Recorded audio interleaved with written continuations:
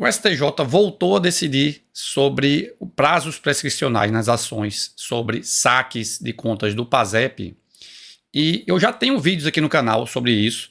Eu tenho 2 vídeos no canal sobre contas no PASEP, que são os vídeos sobre o tema 1300, que fala sobre o ônus da prova, sobre os saques indevidos, e tem um vídeo sobre os temas 545 e 1150, que são sobre legitimidade passiva e prazo prescricional. Esse vídeo aqui, inclusive, eu gravei a pedido de uma inscrita do canal, e então até fica aqui mais uma vez o aviso de que se você tem algum tema que você quer que eu analise, você pode colocar aí nos comentários e eu vou avaliar a possibilidade de colocar na minha lista aqui de gravações, certo? Mas agora o STJ decidiu o tema de número 1387, que fala especificamente sobre a prescrição no caso do saque integral. Então esse vídeo é uma atualização desses vídeos. Eu vou aproveitar, inclusive, um trecho desse vídeo aqui, que eu faço uma breve introdução ao PASEP, um histórico sobre a sua criação e alterações normativas, e vou também aproveitar a maior parte desse vídeo aqui e vou, ao final, fazer a atualização com o tema 1387. Então, se você quer ver apenas esse tema que foi decidido mais recentemente, você vá nos capítulos aqui do vídeo e avance para o tema, o trecho que você achar mais interessante, tá certo? Então vamos lá para a aula. E antes de prosseguir aqui, eu vou fazer uma coisa que eu acho até que eu deveria ter feito, que é passar aqui umas noções sobre o PIS e o PASEP, né? Primeiramente, a gente tem aqui um histórico desses programas, que o objetivo deles era de criar um patrimônio, uma poupança forçada ali para trabalhadores. O PIS era voltado ao setor privado e as contas eram mantidas na Caixa Econômica Federal, e o PASEP era para servidores públicos e era administrado pelo Banco do Brasil. Os entes, no caso, faziam os depósitos e esses bancos apenas administravam essas contas. E eu selecionei aqui alguns marcos históricos. A história é um tanto mais complexa, mas em 1970 foi criado o PASEP, então, para servidores públicos. Em 75, houve uma unificação pela Lei Complementar 26 dos 2 fundos, do PIS e do PASEP. Então surgiu o chamado PIS-PASEP, que continuaram, no entanto, sendo administradas as contas nos mesmos bancos, portanto, para o setor privado na Caixa Econômica, setor público no Banco do Brasil. A principal alteração, e aí tem tudo a ver com o vídeo de hoje, foi a partir da Constituição de 88, porque a partir dela foi dito que a União, os estados, os municípios iam parar de fazer aportes, fazer contribuições para o fundo do PIS e do PASEP. E aí, com isso também, houve um fechamento para novos participantes. Então, são beneficiários, no caso do serviço público, aquelas pessoas que já estavam integrando esses fundos anteriormente. Então, não passou a ter novos cotistas após o fechamento, com a promulgação da Constituição Federal de 88, em 5 de outubro de 88. Né? E, por outro lado, os trabalhadores não perderam os valores que eles já tinham lá, né? já tinham um patrimônio acumulado. E aí, o que é que foi feito com isso? Havia a possibilidade de saque desse valor, ou também de ser mantido o valor na conta, mas haver uma distribuição anual de juros e do resultado líquido adicional, ou RLA. Em resumo, uma distribuição de rendimentos do que rendeu na conta do fundo e se distribuir para os cotistas anualmente. Quanto ao saque, que é a primeira forma de sacar, assim como um trabalhador saca o FGTS, esse saque é sempre feito junto ao Banco do Brasil, no caso dos servidores públicos, e até 18 de agosto de 2019, esse saque era feito apenas nas hipóteses legais, à semelhança também do que acontece no FGTS. A partir de 19 de agosto de 2019, passou a ser permitido o saque de forma irrestrita, certo? Portanto, independentemente do cronograma de pagamento dos abonos salariais e dos rendimentos, enfim. Basta a manifestação de vontade do cotista para levantamento do valor. E esse saque aí, no caso, é sempre feito junto a um caixa no Banco do Brasil, certo?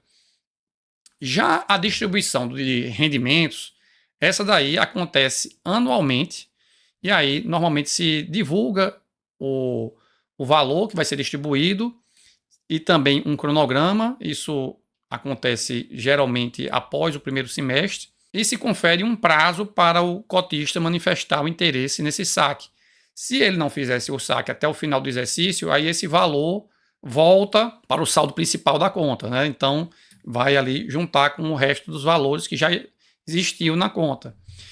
E esse saque dos rendimentos tem 3 formas dele ser realizado, diferente do saque do principal, né? Que esse daí somente acontece em agência do Banco do Brasil. Mas o saque dos rendimentos pode acontecer também por creditamento em conta corrente ou por pagamento em folha de pagamento, que é o chamado PASEP-FOPAG.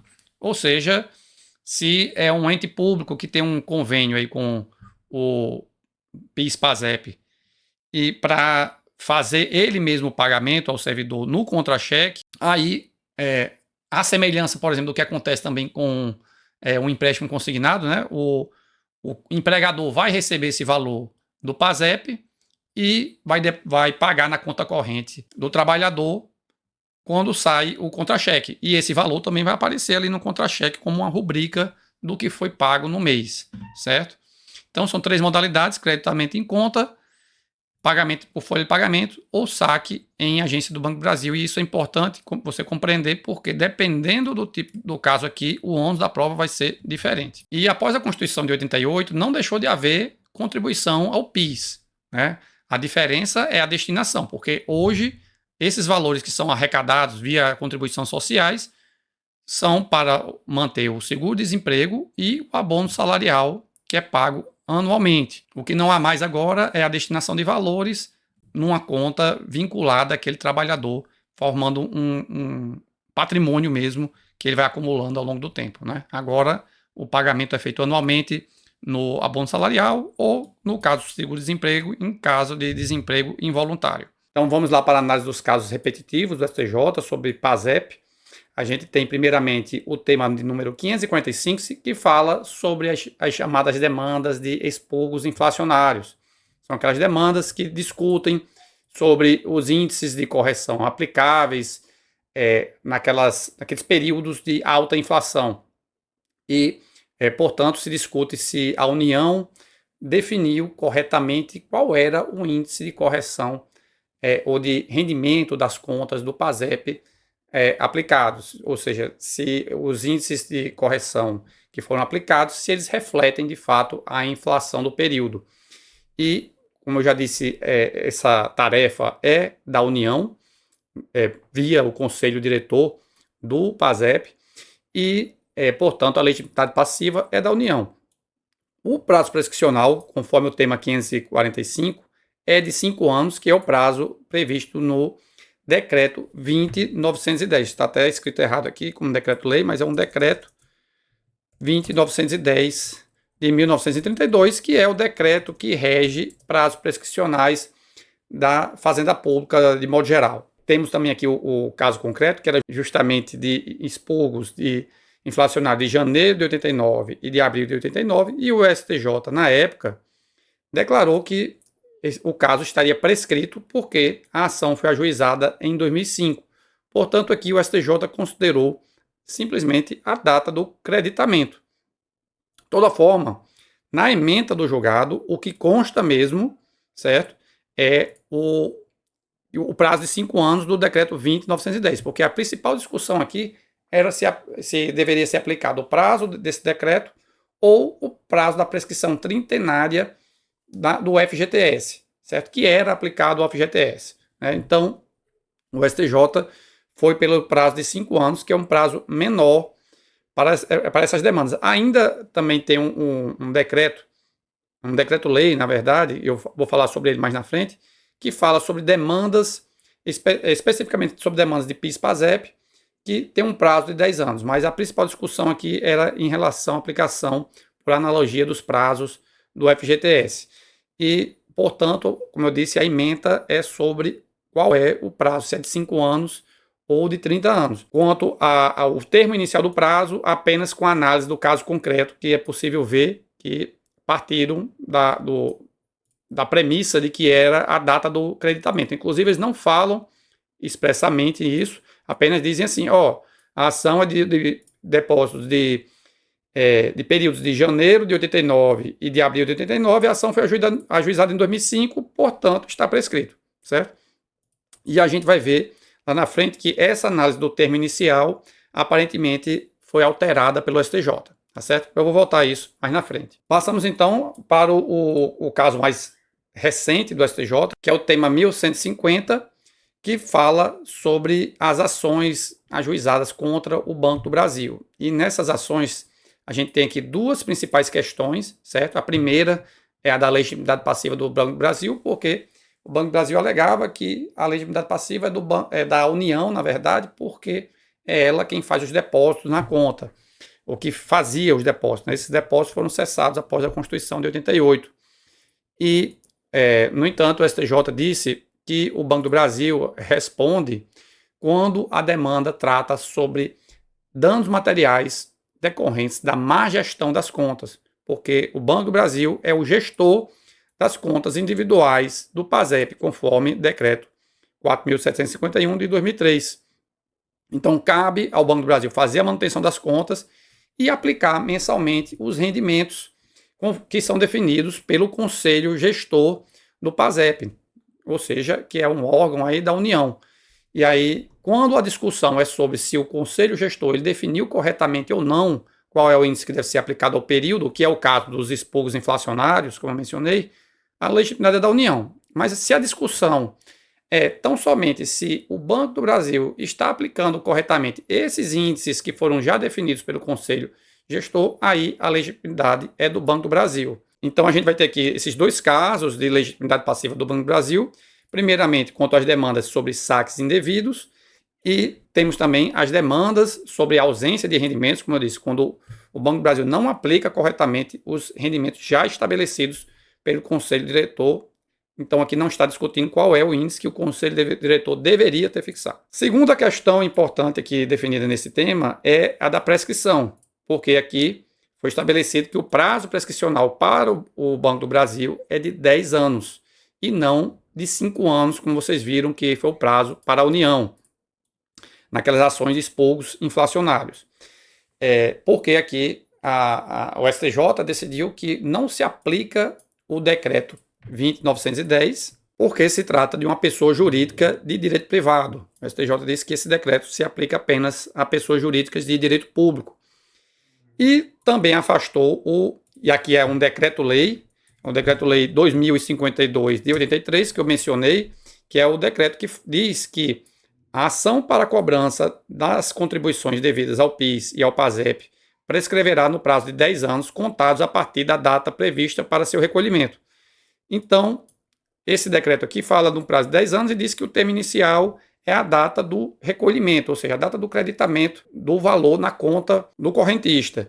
E o STJ diz que aqui não se trata de discutir qual é o depósito que foi realizado. Aqui é um pedido de danos materiais, como eu já disse, sobre a boa gestão ou a má gestão da conta. Não se discute o depósito em si. Então, afastou a aplicação desse decreto-lei aqui ao caso de má gestão, ou seja, nas demandas contra o Banco do Brasil, não vai se aplicar esse prazo de 5 anos, vai se aplicar o prazo, que é o prazo geral do Código Civil, que é o prazo de 10 anos. Quanto ao termo inicial, o STJ foi agora numa linha mais benéfica para os correntistas, dizendo que será desde a ciência comprová-lo do desfalque. Então, vai se aplicar aqui o princípio da actio nata, ou seja, uma pretensão somente surge quando há o conhecimento sobre a violação do direito. Então, o prazo prescricional começa a contar apenas a partir do conhecimento dessa violação. Então, aqui afastou, portanto, aquele entendimento que foi aplicado no tema 545, que, na verdade, como eu disse, não é o entendimento que está na ementa do julgado, mas que no julgamento do caso paradigma foi aplicado aqui como sendo a data do creditamento, né? E aqui já foi diferente, foi a data da ciência, certo? Então, o STJ agora deu uma guinada a favor dos correntistas aqui ao contar o prazo da data da ciência, que aí vai ser quando? É quando a pessoa tentou fazer o saque ou, em alguns casos, quando a pessoa se aposentou e vai lá requerer esse saque também. Enfim, geralmente quando há uma tentativa de saque e se percebe que tem menos valor depositado do que o correntista imaginava que tinha, né? Então, o STJ aqui definiu as seguintes teses, né? A primeira, de que o Banco do Brasil possui legitimidade passiva ad causam para figurar no polo passivo de demanda, na qual se discute eventual falha na prestação do serviço quanto à conta vinculada ao PASEP, saques indevidos e desfalques, além de ausência de aplicação dos rendimentos estabelecidos pelo Conselho Diretor do referido programa. Segundo item diz que a pretensão ao ressarcimento dos danos havidos em discussão dos desfalques em contas individual vinculada ao PASEP se submete ao prazo prescricional decenal previsto pelo artigo 205 do Código Civil. E, por fim, diz que o termo inicial para a contagem do prazo prescricional é o dia em que o titular comprovadamente toma ciência dos desfalques realizados na conta individual vinculada ao PASEP. Portanto, como eu disse, a legitimidade do Banco do Brasil, primeiro, nas demandas sobre saques indevidos e desfalques, e também sobre a aplicação dos rendimentos que já foram estabelecidos no Conselho Diretor do programa, né, do PASEP. E agora, fazendo aqui um avanço no tempo, o STJ decidiu em dezembro de 2025, e agora esse trecho é uma atualização do vídeo, o STJ decidiu que é caso de fazer um distinguishing em relação às situações em que houve saque integral dos valores. Então, como a gente viu, o STJ tinha estabelecido que o prazo prescricional deve ser contado da ciência comprovada do desfalque, ou seja, foi aplicado o viés subjetivo na contagem de prazos prescricionais, que significa que é contado o prazo a partir da ciência do desfalque. Ou melhor, da ciência do dano, né?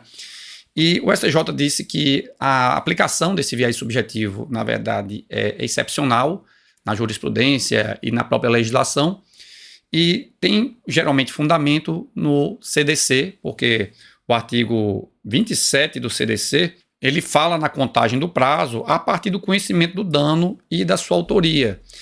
E, no entanto, aqui não é um caso de direito do consumidor, né, porque a relação entre o correntista e o PASEP é estatutária, ou melhor, definida por lei, e seria inadequada para a situação em que houve um saque integral da conta.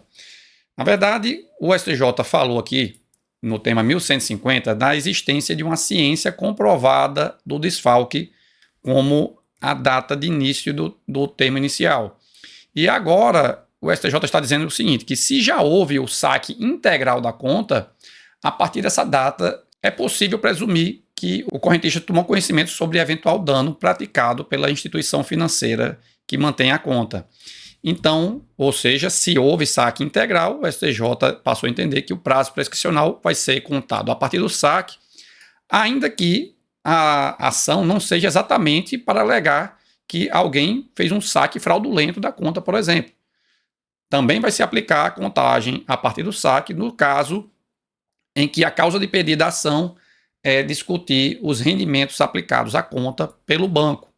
Então, o STJ agora fez esse distinguish, né, para dizer que se houve saque integral da conta, não haverá mais contagem do prazo prescricional a partir da ciência comprovada do desfalque. E isso vai impactar com certeza muitas demandas, porque, como eu já expliquei no início do vídeo, a partir de 2019 passou a ser autorizado o saque de todo o principal das contas do PASEP, independentemente da existência de uma causa legal prevista para o levantamento. Basta, portanto, que a pessoa queira levantar o saque. Então, muitos correntistas fizeram, de fato, esse saque em 2019 ou mesmo em 2020, nos anos seguintes. Então, a partir desse saque integral, já passa a contar o prazo prescricional em relação a todas as demandas sobre má gestão das contas do PASEP. E eu acho que é importante colocar aqui em contexto essa decisão, porque eu comentei num outro vídeo sobre o tema 1300 que houve uma explosão de ações sobre saques indevidos ou sobre má gestão de contas no PASEP após o julgamento do tema 1150. Basicamente triplicou em um ano a existência de ações sobre esse tema. Então o STJ viu a necessidade de dar um certo freio de arrumação aí, para até mesmo prevenir ações indevidas, porque seria possível, por exemplo, que uma parte agora alegasse que houve um saque indevido da sua conta, por exemplo, há mais de 10 anos, e o banco não tivesse mais os termos de quitação da realização desse saque, o que pode implicar no pagamento em duplicidade pelo banco, se esse saque eventualmente foi feito pelo próprio correntista, só apenas porque o banco não teria o termo de quitação salvo, né? Pode ter perdido ou destruído essa documentação por acreditar que não seria mais necessária. Então, enfim, o STJ viu que havia uma necessidade de dar um tratamento mais restritivo, pelo menos nas situações em que já houve o saque integral das contas. E outra coisa que o STJ disse foi que, no caso em que o saque foi parcial, o extrato ele é um tanto confuso, porque você não entende bem ali exatamente o que é cada um dos lançamentos que consta na conta. Então, é preciso de um conhecimento mais especializado para saber se houve ou não uma aplicação devida, por exemplo, de rendimentos. Enquanto que, uma vez que há o saque integral da conta, a pessoa passa a entender que ali agora ficou com um saldo zero e eventuais situações que aconteceram antes, ele já tem um conhecimento sobre o saldo existente e ele vai poder já analisar esse saldo, como é que ele se constituiu até ali, e se ele sacou integralmente, ele passa a já entender que para o banco era aquele valor que era devido para ele naquele momento. Então, o STJ entendeu que, no caso do saque integral, é possível, então, presumir que a pessoa tomou conhecimento sobre o dano causado a ele pela má gestão da conta.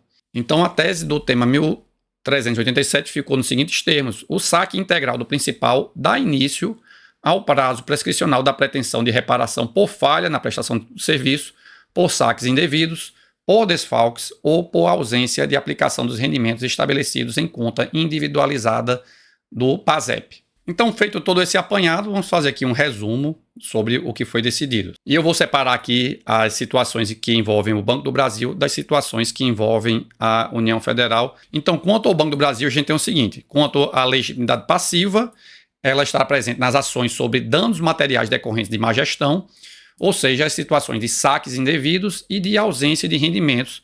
Aqui são os rendimentos já estabelecidos pelo Conselho Diretor. Então, não é sobre a definição de qual deve ser o índice aplicado, mas sobre se os índices definidos foram aplicados corretamente. E, no caso dos saques indevidos de contas, aí a gente tem a questão do ônus da prova, que foi estabelecido no tema 1300, aí eu tenho um vídeo só sobre esse julgado do STJ.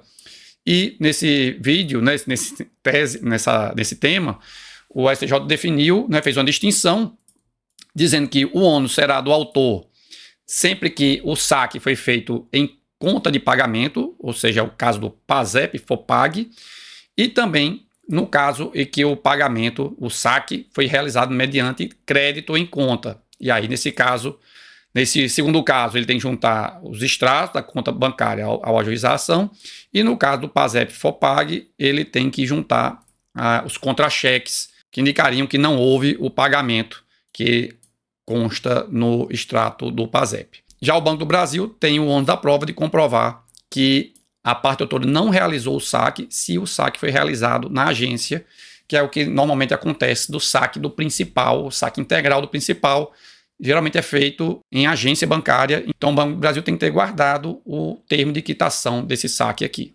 E quanto ao prazo prescricional, a gente tem um prazo de 10 anos, estabelecido no Código Civil de 2002, com o termo inicial, como regra geral, a partir da ciência comprovada do desfalque, conforme definido no tema 1150, e o tema 1387 fez um distinction para dizer que se houve saque integral da conta, aí o prazo vai ser contado a partir do saque, ainda que a ação não seja sobre saque fraudulento. Pode ser, por exemplo, uma ação sobre a aplicação de rendimentos na conta. Nesse caso, também o prazo vai ser contado a partir do saque integral realizado.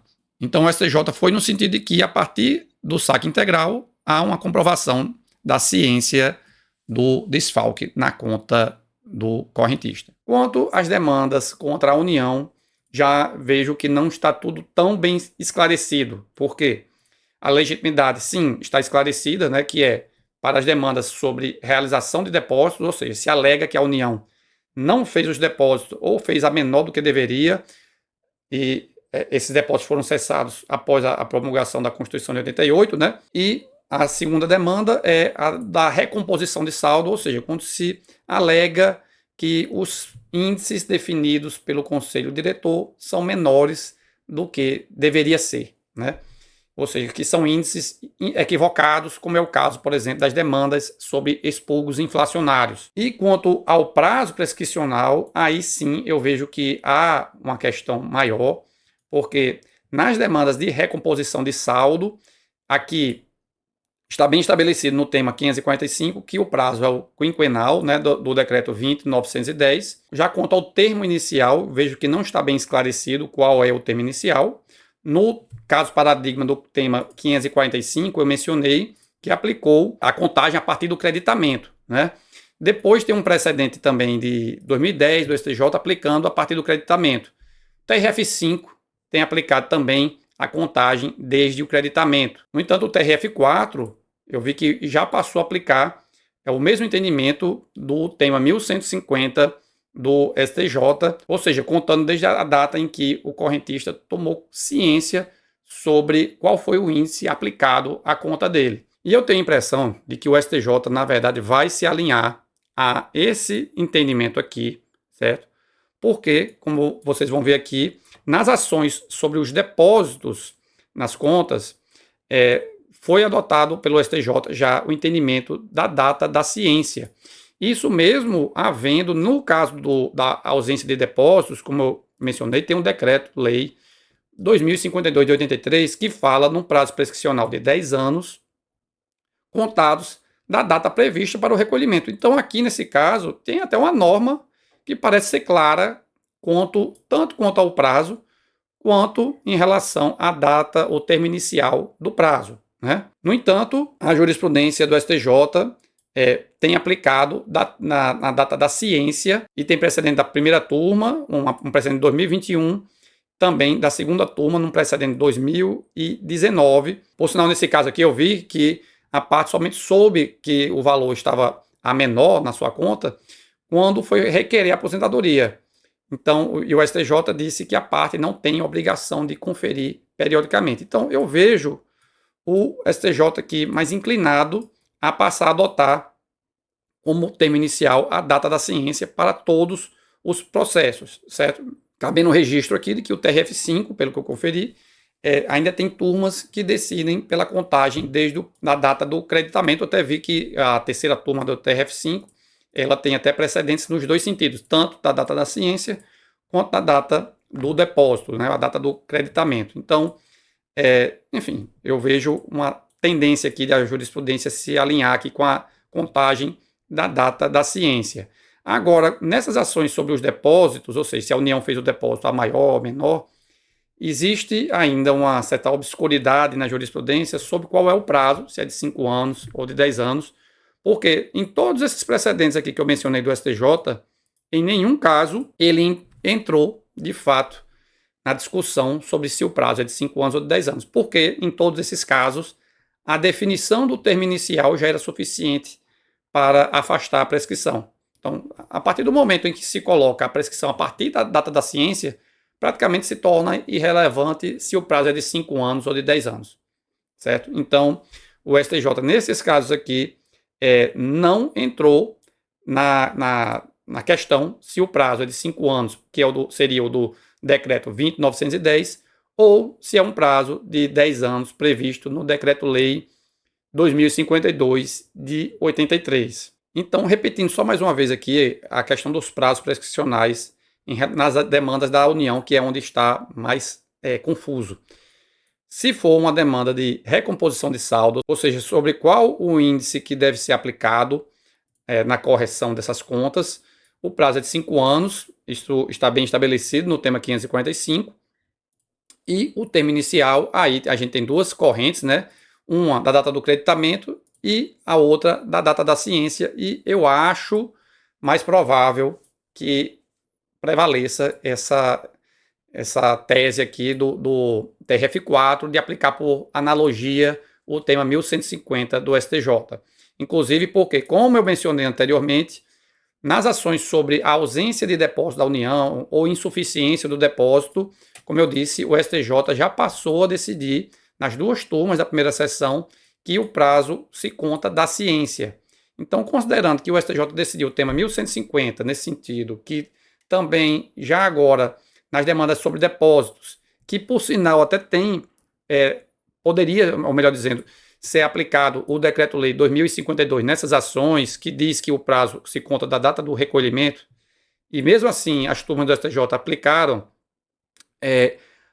o prazo contado da ciência, eu imagino que a tendência seja de se consolidar a aplicação do prazo a partir da ciência, tanto nas demandas sobre depósitos quanto sobre recomposição de saldo.